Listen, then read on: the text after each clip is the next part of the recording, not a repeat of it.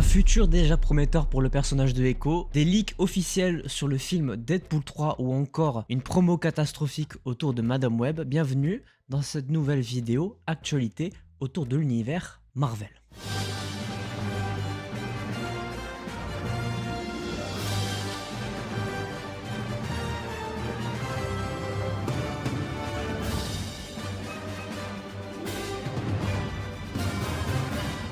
Bonjour à toutes et à tous, j'espère que vous allez bien, évidemment, vous l'avez lu. Aujourd'hui, on se retrouve pour la 25e, je crois, vidéo actualité, la 4e de cette année 2024. Comme toujours, on va traiter de l'actualité Marvel, que ce soit les films, les séries, les jeux vidéo, qu'est-ce qui s'est passé durant cette dernière semaine. A priori, pas grand-chose. Aujourd'hui, on a une petite dizaine de news à évoquer. Mais on a de tout, on a du Sony et on a du Marvel Studios. Et vous savez quoi, j'en ai parlé en introduction, on va parler de Sony, on va parler de Madame Web, puisque c'est le prochain film Marvel qui sort au cinéma le 14 février, pour rappel, en France et aussi aux États-Unis. Beaucoup de choses à dire du côté de Madame Web. Déjà, évidemment, la promotion. On a beaucoup de visuels, d'images qui sont sortis ces dernières semaines. On a notamment Madame Web qui apparaît sur une sorte de bouteille de soda. On a des premiers visuels, des premiers aperçus des différents costumes des 3 Spider-Girls qui seront présentes dans le film, mais également des affiches des différents personnages pour accompagner la promotion du film qui, pour rappel, sort dans quelques semaines. Au niveau de la promo, il n'y a pas grand chose à dire. Par contre, au niveau des déclarations et des différentes rumeurs,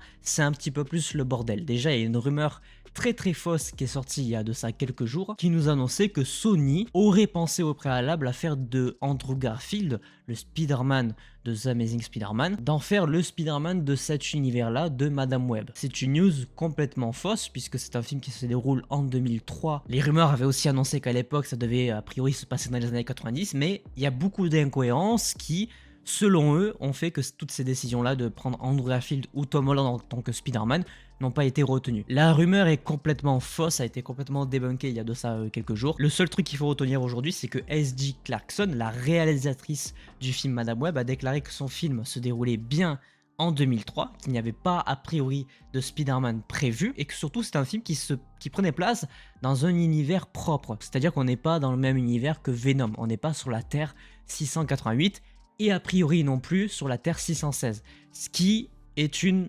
excellente nouvelle selon moi. On serait sur une Terre, un univers complètement inédit.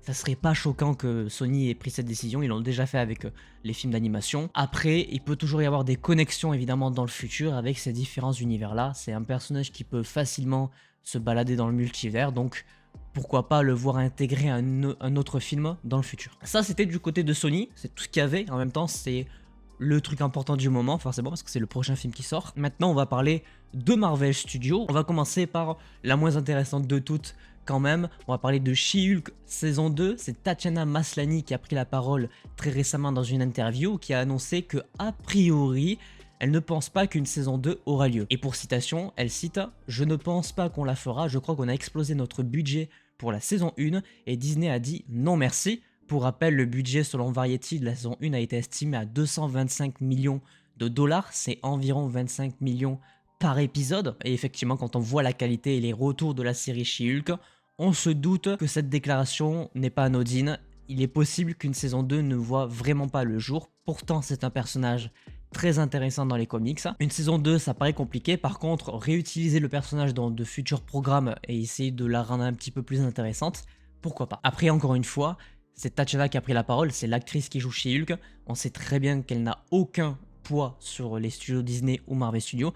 C'est eux qui prennent la décision au final de s'ils veulent faire une saison 2 ou pas. Donc c'est une rumeur et en même temps c'est officiel. Du côté de Echo, j'en ai parlé au tout début aussi, Marvel Studios, et ça c'est officiel, a déjà des plans pour réintégrer le personnage dans de futurs programmes.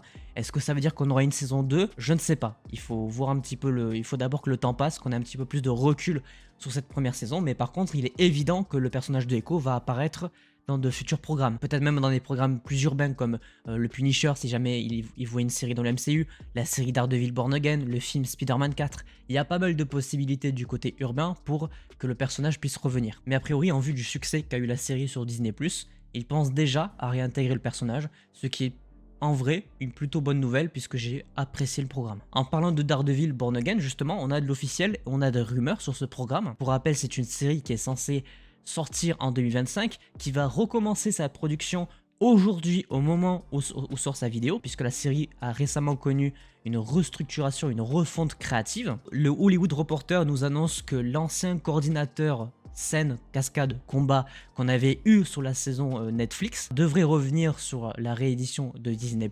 Par contre, même si les rumeurs annonçaient récemment un retour de Foggy Nelson et Karen Page, le Hollywood Reporter ne confirme pas cette rumeur, donc pour l'instant ça reste au stade de théorie. Mais ça y est, ça avance, la production reprend enfin aujourd'hui au moment où on se parle. On suppose qu'un tournage va pas tarder à recommencer.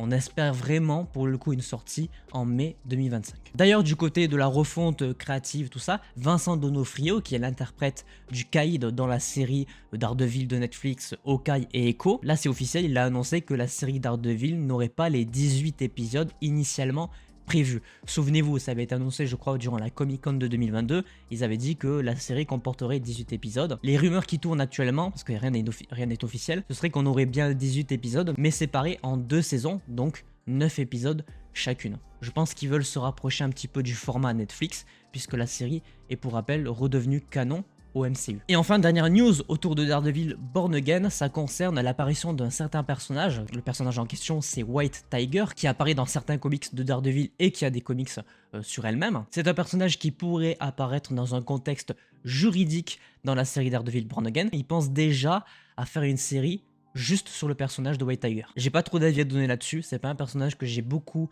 vu dans les comics, mais si ça peut apporter un côté héritage et juridique à la série Daredevil Born Again, en vrai si c'est bien exécuté, une série, pourquoi pas. News seulement pour les Américains, puisque le truc n'est pas sorti en France. Le making-of du dernier film Marvel Studios, The Marvels, est disponible sur le catalogue Disney+, américain. Toujours pas de news au niveau de la date française, puisque même encore aujourd'hui, on n'a toujours pas le making-of de la saison 2 de Loki, et celui de Echo qui est censé arriver le 31 janvier, on n'a pas non plus d'informations sur est-ce qu'il va sortir en France. Donc pour ceux qui sont intéressés par le making-of de The Marvels, il faut utiliser un VPN. News autour du film Les 4 Fantastiques, pareil, c'est inévitable comme Deadpool, il y en a une chaque semaine. Là on est sur du casting, puisqu'apparemment il serait à la recherche d'un acteur pour une partie vocale pour un personnage créé en CGI. Évidemment, les rumeurs sont centrées la plupart du temps sur le personnage de Herbie, ce petit robot créé par Reed Richards, qui est un petit peu équivalent à Jarvis du côté de Iron Man. Après, évidemment, pas plus de précision à ce niveau, ça reste une rumeur, mais le casting avance. Et avant de se quitter avec les dernières news de cette vidéo, parlons un petit peu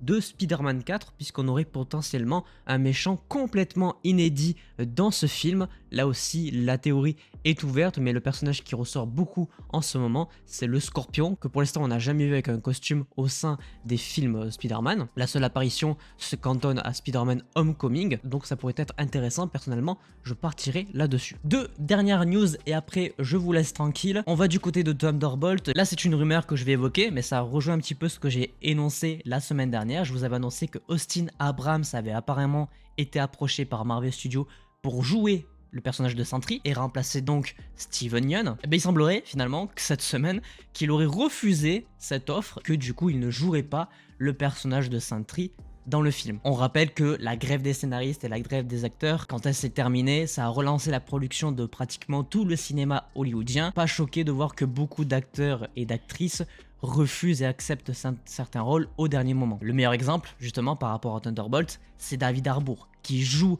un personnage très important dans la série Stranger Things, qui a repris son tournage très récemment, et on sait que Thunderbolt va commencer son tournage normalement cette année. Ça peut coincer au niveau du calendrier, donc c'est pas étonnant qu'il y ait des refus d'offres au niveau des rôles. Et enfin, classico, on termine cette vidéo avec une news autour de Deadpool 3. Chaque semaine, ça ne bouge pas. Cette fois-ci, on a des leaks, donc attention spoiler, tout ce que je vais vous montrer à partir de maintenant, c'est des leaks officiels qui sont sortis sur internet. Je vais me contenter de l'affiche promotionnelle parce que je ne tiens pas à partager les fuites de tournage. Mais voilà, on a une première image, un premier visuel promotionnel du film Deadpool 3 qui nous vient d'un calendrier, si je me trompe pas, qui montre un aperçu des deux personnages et notamment le masque de Wolverine. Évidemment. Pas plus de choses à dire à ce niveau, comme j'ai dit, je veux pas partager les images de tournage. Pour ceux qui sont curieux, vous pourrez facilement les trouver sur Twitter. Sur ce, voilà tout ce qu'il ne fallait pas manquer sur cette dernière semaine autour de l'univers Marvel. On arrive donc à la fin de cette vidéo, j'espère qu'elle vous aura plu. N'hésitez pas à laisser un petit pouce bleu si c'est le cas, à vous abonner, activer la cloche pour ne pas manquer les prochaines vidéos. Je vous donne évidemment rendez-vous dimanche prochain pour une nouvelle vidéo actualité autour de l'univers Marvel. Et en attendant, portez-vous bien.